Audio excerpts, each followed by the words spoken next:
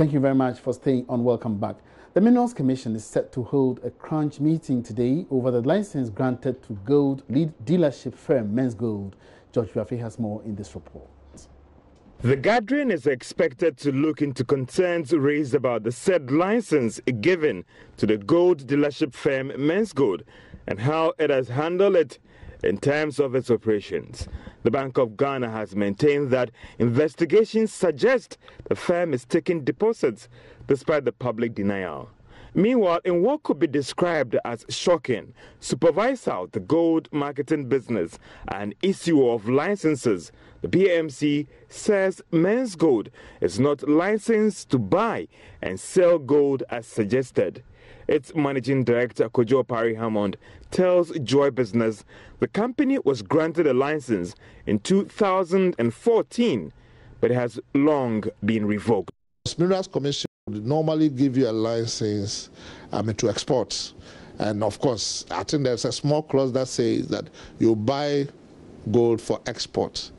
And I don't know whether that is what they are relying on to do this. But if that's what they are relying on to do this, then that is totally wrong. You are supposed to buy the raw gold and then you package and then you export. Now, let me say that even with the exports, no individual or company can export gold without coming through PMMC. And that is what we have been charged to do, and we are doing that. Yes, on a few occasions, Men's Gold have come into to export gold through us, the raw gold. But I want to emphasize that we have not, we who have been clothed with the powers to issue license for trading in gold, have not given that to Men's Gold as of now. From Men's Gold's own statement issued recently, it is clear that it is involved in some sort of derivative trading, which should be licensed by the Securities and Exchange Commission. But the regulator of the capital market says it hasn't given Men's Gold the license to do so. Many will be looking forward to the final verdict from the Minerals Commission after its meeting today. Sources say a regulatory action could soon be taken against Men's Gold. Moving away from that, Commissioner General of the Ghana Revenue Authority, GRA, Emmanuel Kofi-Nti, says all tax policy measures announced by the Finance Minister, Ken Ofori-Atta, in the mid-year budget review have been passed into law. The tax policy measures, which include introduction of a new band in the personal income tax rates, which will see incomes above 120,000 cedis per year taxed 35%. He has been explaining the new tax policy measures at a just-ended press briefing.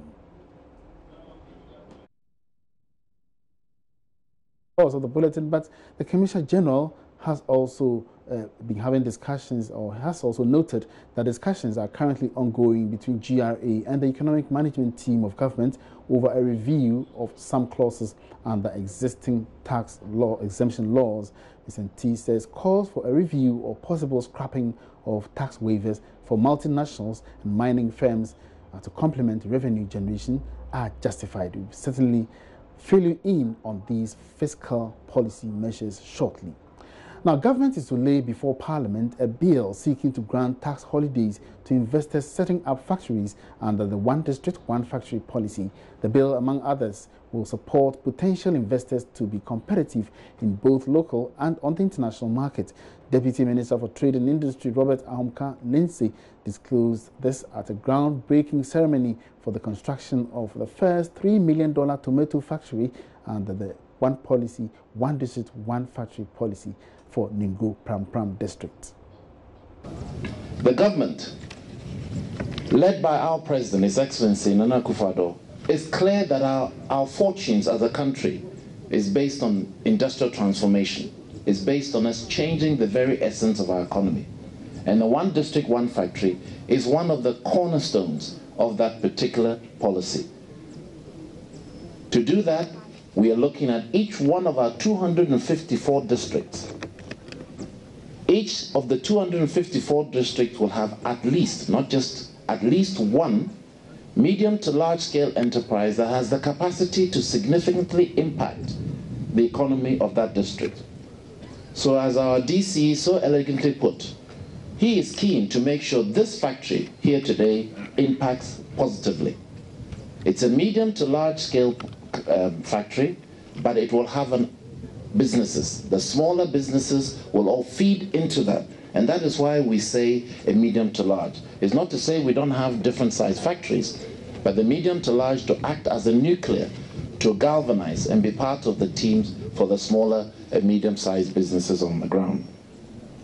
Ladies and gentlemen, I'm confident that Lee Farms Food Stuff Company, that we today are going to lay the groundwork for, will be able to meet all of its aspirations. What will the company do, you may ask? Well, it will produce tomato paste, something we know very well we like in Ghana and beyond.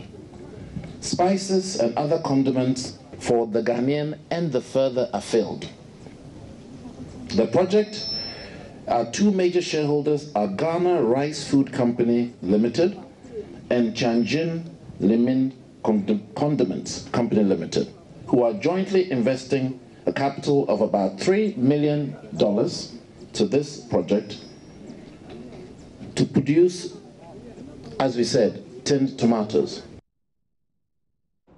Let's now get back to our earlier story where the Commissioner General of the Ghana Revenue Authority, Emmanuel Kofinti, says all the tax policies announced by the Finance Minister, Ken Ofori-Atta, in the mid-year budget review have been passed into laws. Tax policy measures which will include introduction of a new band in the personal income tax rates will see incomes above 120,000 cedis per year taxed 35%.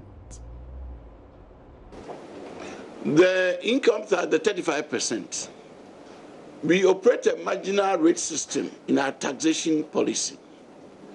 In our marginal rate system, what we have is that up to the minimum wage, it's zero. Okay? Up to the minimum wage, you are taxed at 0%. Then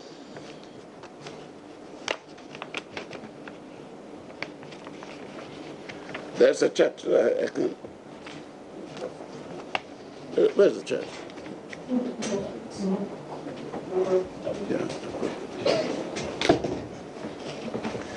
Yeah, there's a chart.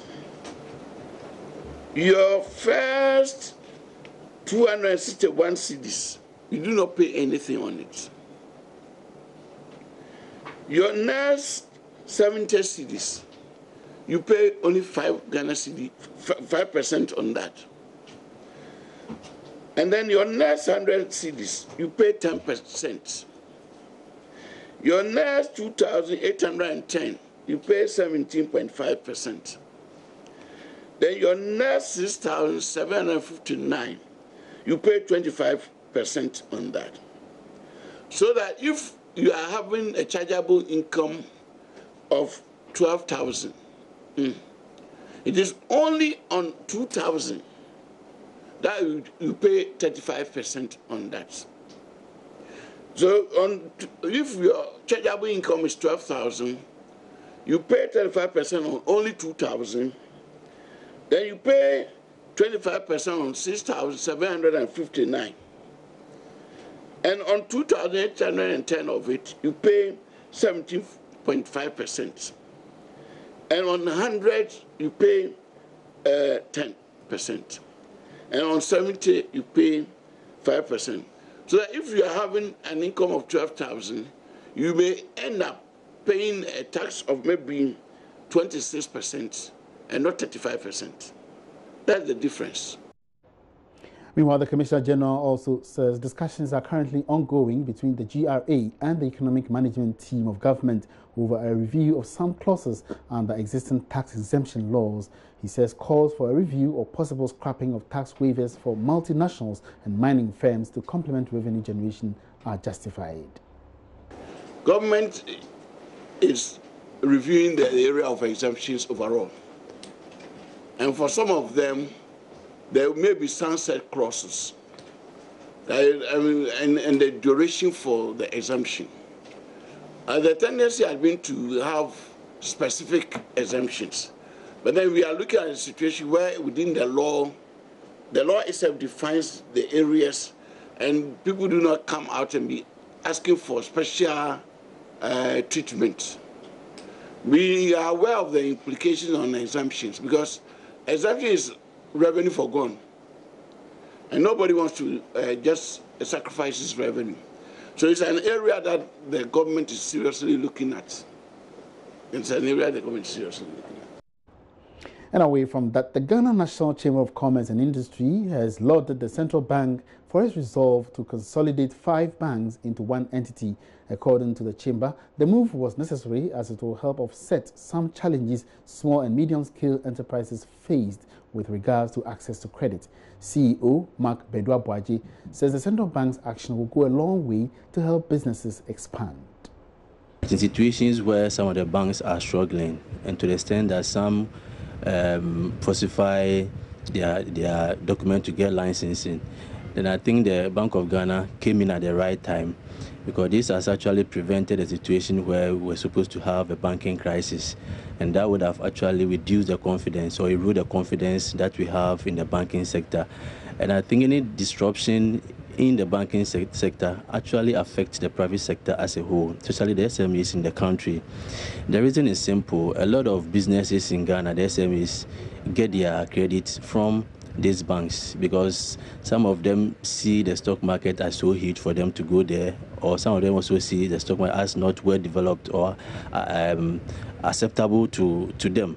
So most of them go to these banks for their credit. Even if they have funding, they also place it with this bank.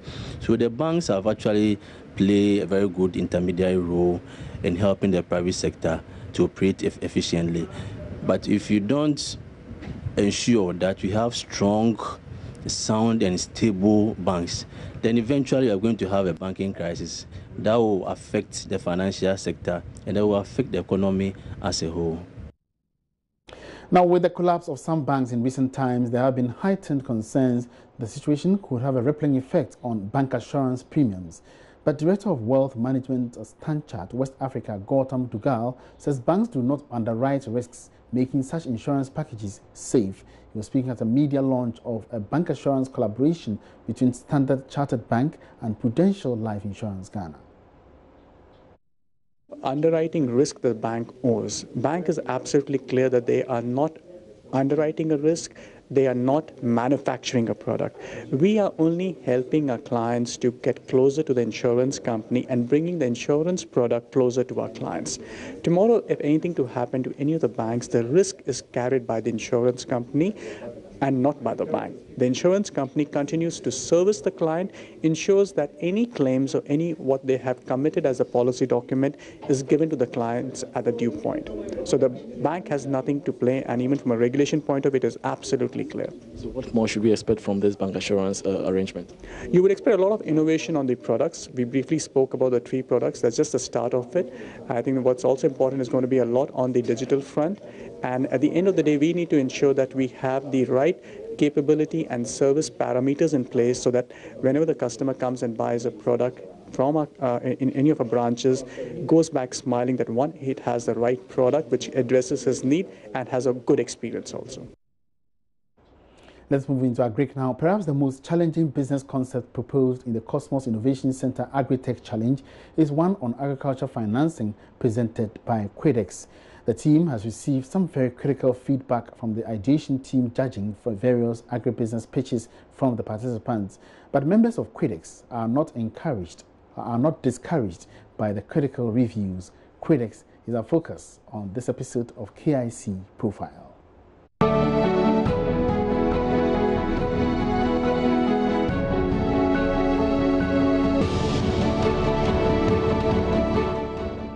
It's past midday, and Prince, Theophilus and Sairam are meeting here at the airport residential area in Accra to discuss progress they have made so far regarding their agribusiness concept.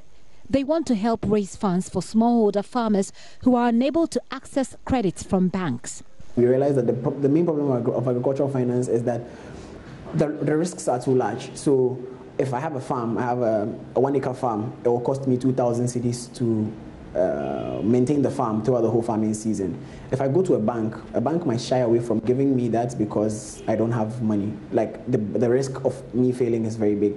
So the solution we're bringing on board is disaggregating the risk. So how we do this is through the process of crowdfunding. So if I'm a farmer, I need 2,000 cedis. If I, instead of going to a bank where they would give me the 2,000 cedis, I can go to 10 people, 20 people to give me 10 cedis each. There is so much to do in the next 2 months before they present their idea to judges for the last time. It will have to be what essentially we're doing so that... And one major task they are required to perform is to test the service they are offering to potential clients. What we are going to do is to test our MVPs, or our minimum viable products, like you said. And the way we are going to do it is through explainer videos. So we have a short video that will explain what it is we actually want to do. Then the rest is marketing, getting people to put their money in, chipping as little as they can, and then we work with the farmers on the back end. So by the time the third pitch is ready, a whole farming season won't be over, so people might not get their proceeds, but then we would have had a complete project funded with the people who funded getting regular updates on their mobile apps on what exactly is going on in the farm. Every single time there's an update. Our product affects everybody here. The previous 2 pitches were not easy for the group, as judges sought to expose flaws in the business idea, which is primarily based on crowdfunding. I won't waste my time doing this. What for? But the gentlemen say the feedback they have received has been valuable, enabling them to improve and fine-tune their business concept, which they hope to transform into an agritech startup. I don't think anybody on this team has ever seen feedback from the panel as very harsh. They may come in a certain tone, but we take them constructively. The reason being that the issue of financing is something that is very close to all of us. We all encounter financial organizations every time, and the concern has been, how do you get to do this right? It's not just about the magnitude of the problem you're trying to solve or how you want to solve the problem, but how you can do it very well. The decision to pursue a financial enterprise came easy for this team. It all begins with money, they say. The QuideX team is convinced that resolving funding issues in agriculture is key to solving many of the other challenges in the sector. If you solve the finance problem in agriculture, you are solving the root cause of it. When you solve finance, irrigation will be solved, and storage will be solved, transportation will be solved. We all had financing in our minds, okay? Just that we had different ways of looking at it. So what we did was that we decided to just spell everything out and then pick the good points from each person's presentation and then merge it.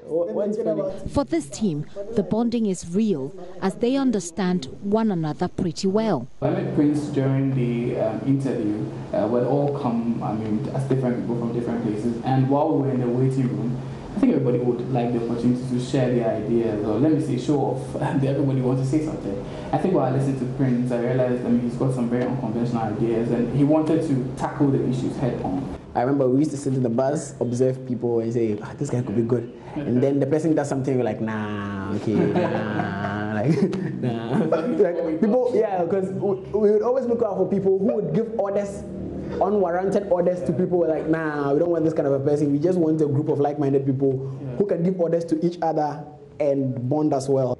So I think we're a group of people who really understand ourselves. It sounds quite awkward, but there's never been a moment of taking anger. There's never been any moment of anger. Yeah, it's just I like to criticize Serum too much, because Serum is a focused guy. He knows what he wants to do, but Serum is never focused if you spoke to him.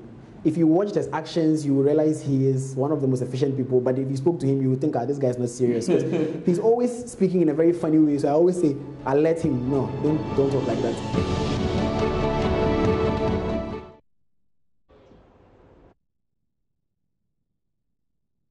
And that was another edition of the KIC Agritech Challenge. You have yet another edition come tonight on JoyNews Prime. Away from that, telecom giant MTN has committed 50,000 Ghana cedis as an initial investment to support talent in the country. Known as MTN Shots, the initiative seeks to provide an opportunity for short video makers to earn regular income from production of amusing and educative videos that catch public attention. Speaking to Joy Business at the launch of the program, Senior Manager of MTN Products and Services, Bless Sefenu Agojo, says the program is part of efforts to bridge the digital gap in the economy. Here's more. animations, and we upload it and people just watch for free. I wish we had something that we as Ghanaian creators can put our works on and make some money out of it. They would really be helpful. The MTN Shots is a content repository that seeks to empower short video makers in the country. Until now, some video makers have had to publicize their videos but earn no money in return for their efforts. But according to MTN, the initiative has come to support entrepreneurs in the country. Speaking to Joy Business after the launch, Senior Manager of Products and Services at MTN Ghana, Bless Sepenu Agojo, says his outfit has made an initial investment of 50,000 cedis. It's just beyond the amount of money that we are putting into it, but we seek to empower individuals and entrepreneurs, thereby making them enrich their portfolio by scaling what they do. As part of the launch, we also indicate that we're going to have road shows. At the end of the day, this 50,000 is going to be split within these various categories. It's a form of stimulation for them to go and create more content and also have the idea that there's a lot of creativity that needs to go into it. On his part, Acting Chief Marketing Officer at MTN Ghana, Noel Kojo-Gansen, urged the public to adapt to the digital era. I have a challenge for you, which would be to challenge the way we think today. Our world is changing, and we are in the middle of a digital revolution. Do we remain just consumers only of this digital innovation or evolution? Or we can actually be partakers in this evolution, not to be just consumers? I personally believe we can and should partake in this revolution. The MTN Shots initiative is on the theme, monetize your short videos. Now, 2 pharmacists are shifting gears from preparing and dispensing drugs to manufacturing car detailing products right here in Ghana. On the Joy Business Van, we engaged Dr. Yusuf Saka and William Kojo Isiama, the entrepreneurs behind Auto Dazzle. Here's a repeat of the Joy Business Van.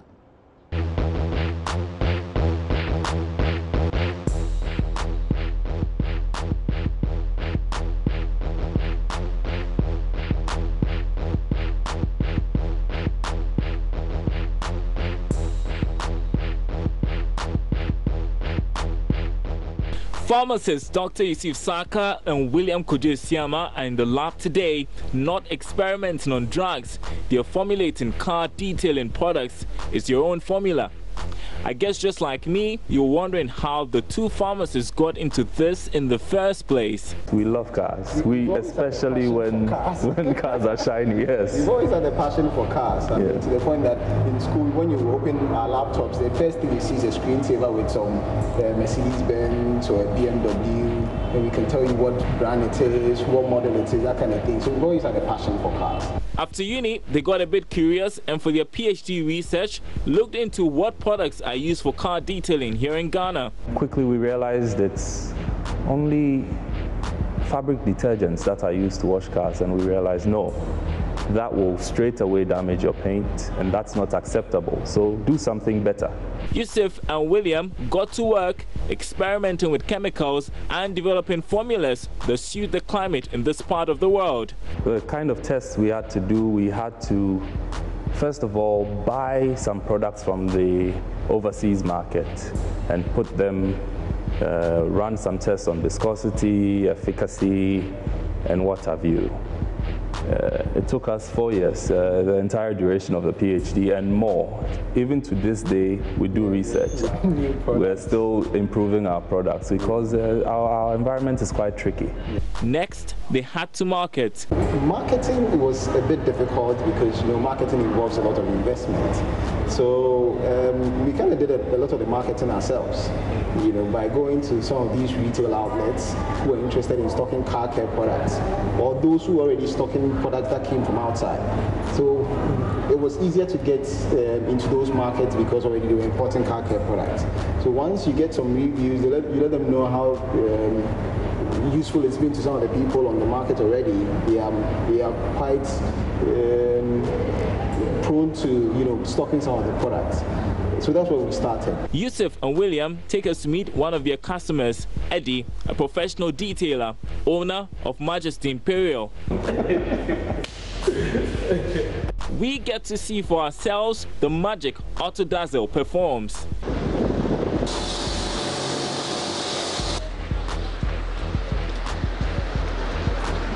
So even more.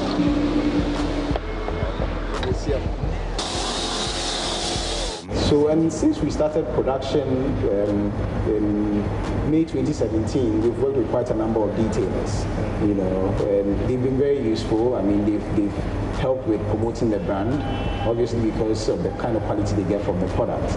And they have developed different formulas too: snow foam to quick shine, wheel cleanser, paint cleanser, and tire dressing.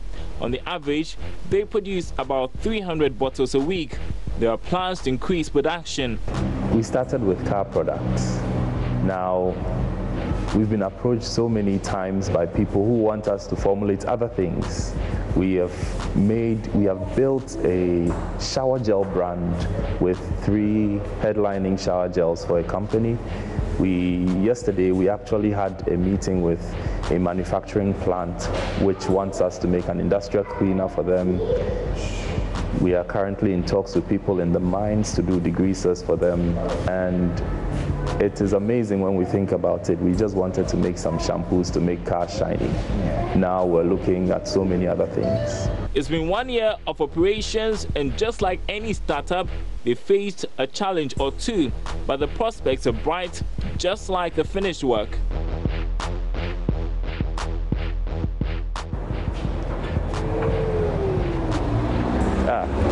Nice.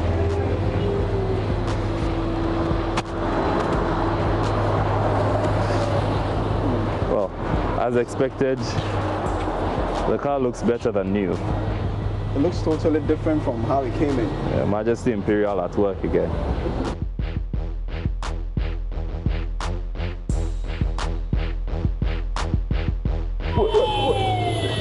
Majesty. Good job, man. Well done, Majesty Imperial. Yeah, I appreciate you, man.